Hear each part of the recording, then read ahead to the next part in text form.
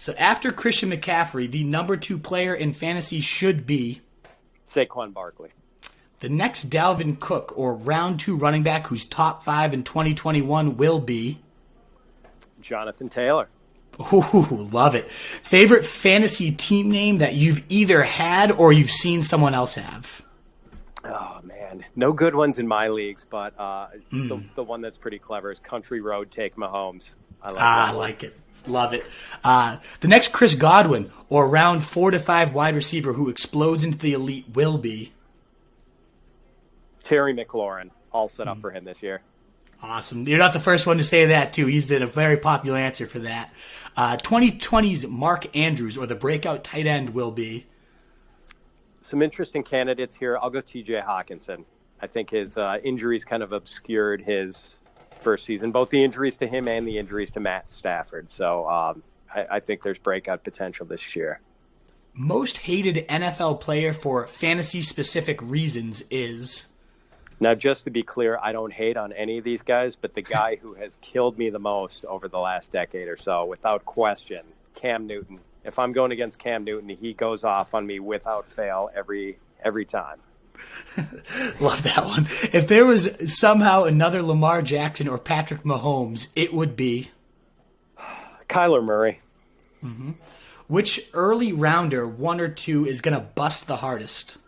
Oh, we talked about this earlier.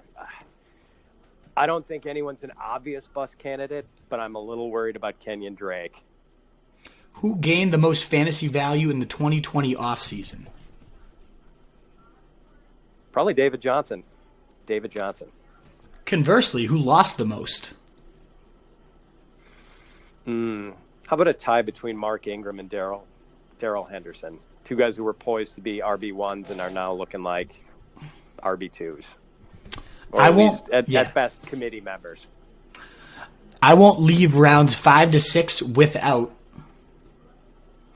either McLaurin or DK Metcalf. This is random, but do you play Settlers of Catan ever? I do not. I do not. We've been meaning to get into that with our kids, and we have not played it yet.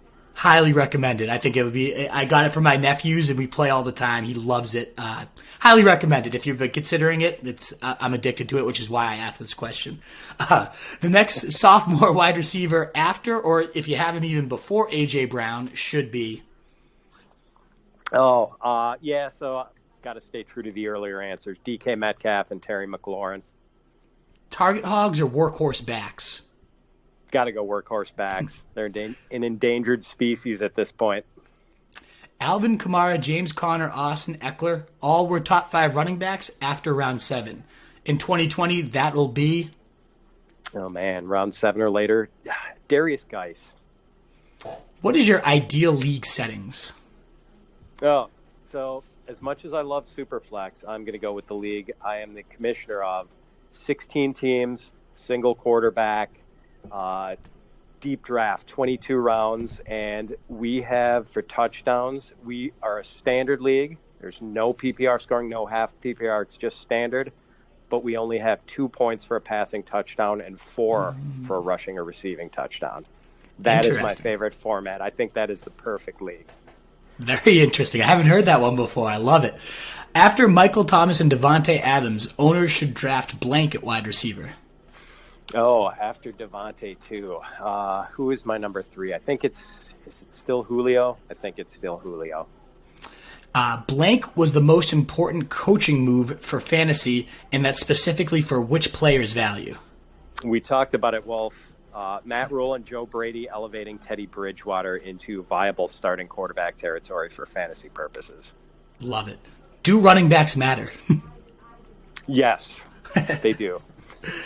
What is the funniest last place punishment or side bet that you've either witnessed or unfortunately been a part of?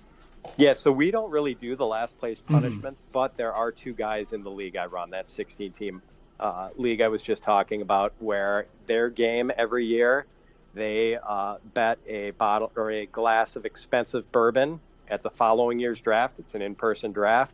And it's not only that glass of bourbon for the winner of the bet, but also for the commissioner. So I get to be part of this and enjoy the loser's pain every year. So that is by far by far my favorite punishment.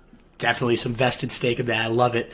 And last but not least, what is your boldest 2020 fantasy prediction? And just one more reminder of where our listeners can connect and find your work. I'll say that Jonathan Taylor leads the NFL in rushing yards as a rookie. And you can find me at Fitz_FF on Twitter, and my written content rankings at footballgirl.com. And please look for my podcast, Fitz on Fantasy. It's on most podcast platforms. What is up, you fantasy wolf? Thanks so much for tuning in. If you haven't already, share your thoughts in the comments, check out some more videos, and join the newest Wolfpack by subscribing below.